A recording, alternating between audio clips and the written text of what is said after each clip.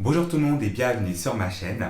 On se retrouve aujourd'hui pour une nouvelle vidéo dans laquelle je vais tenter de répondre à une nouvelle question. Pourquoi les jeunes homosexuels se suicident-ils? Je vais vous en donner 5. 5 raisons qui, selon moi, peuvent nous conduire à nous suicider. Avant de commencer cette vidéo, je tiens à remercier mes nouveaux abonnés. Merci. Merci, bienvenue. Merci pour votre confiance. Merci pour vos réactions, que ce soit en commentaire ou sur Instagram par message. Ça me fait toujours plaisir de vous lire. Si tu es nouveau ou nouvelle, bienvenue. Voilà, welcome. Je t'invite à t'abonner, à activer aussi les notifications en cliquant sur la petite cloche. Comme ça, tu seras prévenu dès que je posterai ma prochaine vidéo. Tu peux également me soutenir en me suivant sur Instagram sous le nom de Mr. Ali Brown et sur TikTok sous le même nom, Mr. Ali Brown, tout collé. 5 raisons pour expliquer le suicide chez les jeunes LGBT. C'est parti.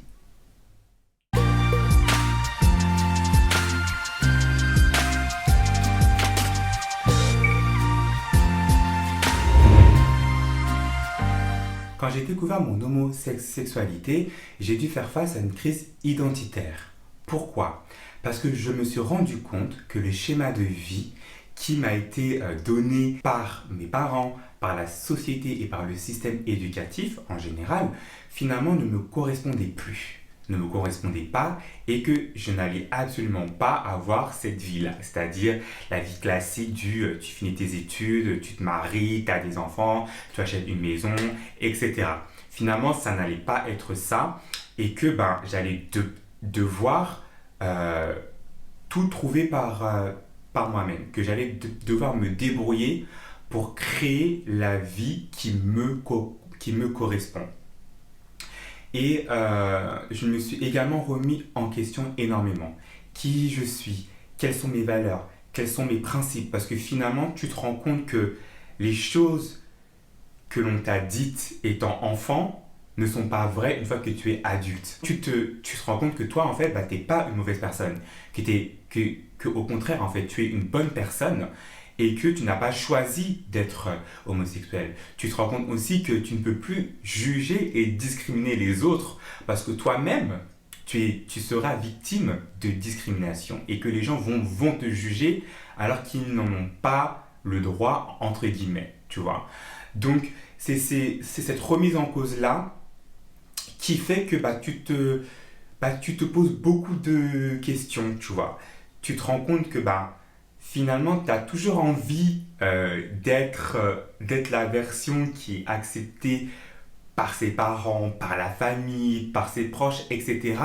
Mais d'un autre côté, tu vois très bien que cette personne-là, ce n'est pas toi et que tu aspires à autre chose. Tu aspires à un autre style de vie. La deuxième raison, c'est l'isolement et la solitude. Alors, dans mon cas, je me suis rendu compte très très jeune que je n'avais pas du tout les mêmes problématiques que mes amis hétéros, absolument pas.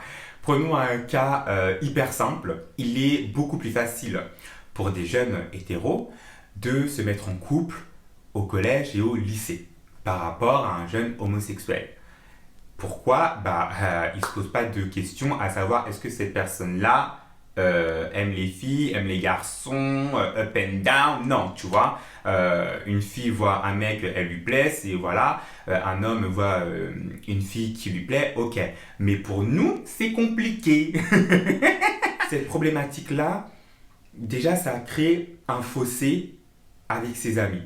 Parce que tout le monde est plus ou moins en couple et toi, tu es seul. Mais en fait, tu es célibataire parce que tu trouves pas en fait. Mais c'est pas parce que tu veux pas, c'est juste que tu trouves pas parce que déjà, vous êtes très peu dans le lycée. Un, ils te plaisent pas. De deux, c'est dur de les trouver. Et quand tu les trouves, ça matche pas. Donc voilà. La seconde, c'est que on se rend compte aussi que les problématiques liées au futur ne seront pas les mêmes. Par exemple, pour certains hétéros, leur problème, c'est de se dire avec qui je vais me marier, combien d'enfants j'aurai, à quel âge, etc. Mais pour moi, c'était pas du tout ça en fait. Moi, c'était problématique numéro un, faire en sorte que mes parents ne découvrent pas que je suis gay. Problématique numéro 2, faire en sorte d'être discret. Problématique numéro 3, finir mes études rapidement pour ensuite pouvoir travailler et quitter les lieux. Donc, si vous voulez, quand j'étais au collège, même au lycée, j'étais déjà en avance, mentalement, je dirais, par rapport aux personnes qui étaient autour de moi. Et ça crée un isolement en fait.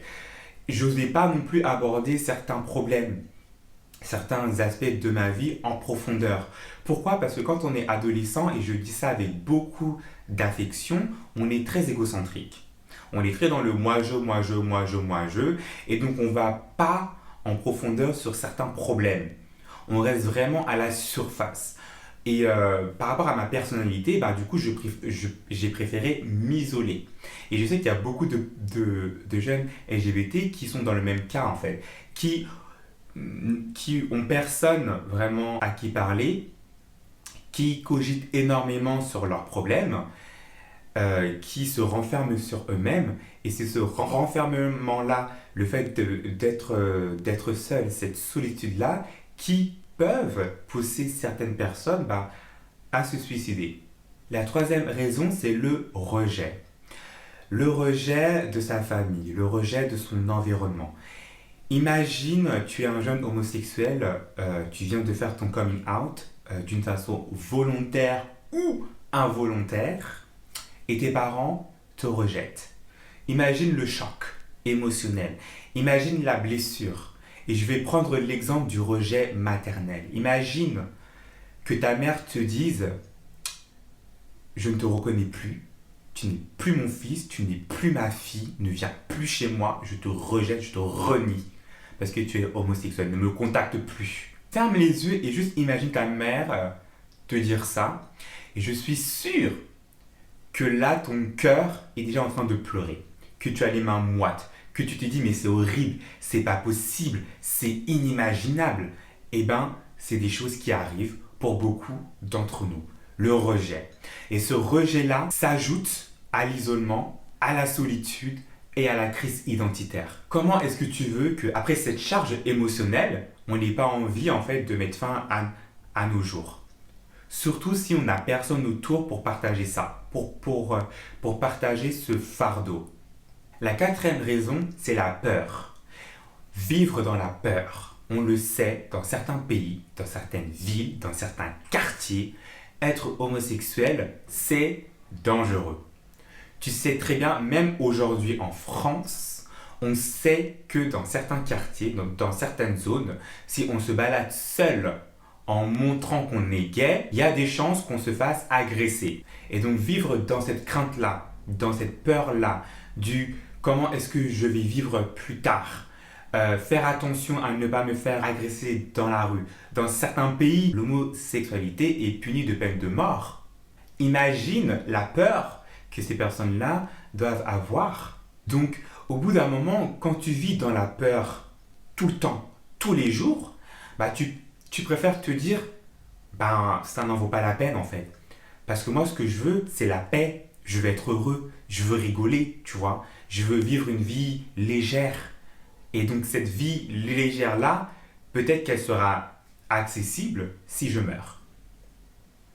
Je t'ai juste fait un raisonnement en fait c'est plus ou moins mon raisonnement de ma vie.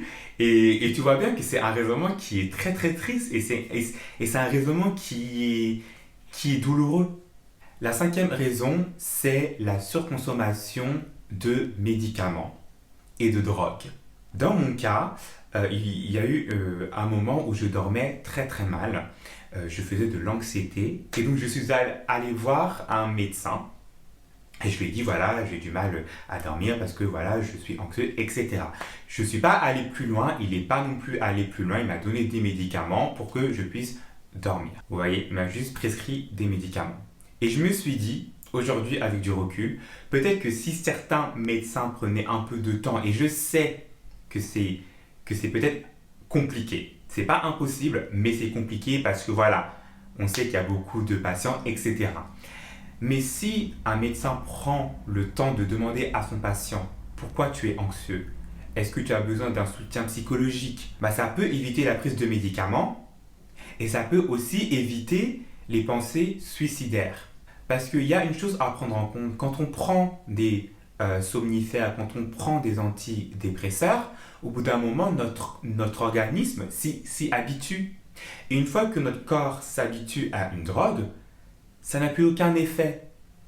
Et quand un médicament n'a plus d'effet, qu'est-ce qu'on fait? On augmente les doses. Mais quand tu augmentes les doses, c'est comme ça que tu deviens accro. Et là, je parle de médicaments prescrits par un médecin, etc. Donc, on peut aussi prendre le cas de la drogue.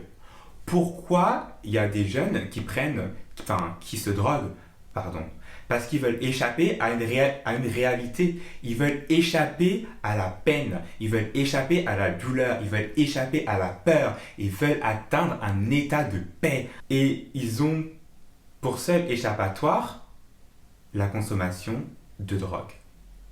Alors oui, bien évidemment, chacun est responsable de soi, mais il faut prendre en compte une réalité. On n'a pas tous les mêmes chances et les mêmes opportunités. Et donc le fait de surconsommer des drogues conduit à la mort. Et vous allez peut-être me dire que surconsommer des drogues n'est pas considéré comme un suicide. Pour moi, ça l'est en fait.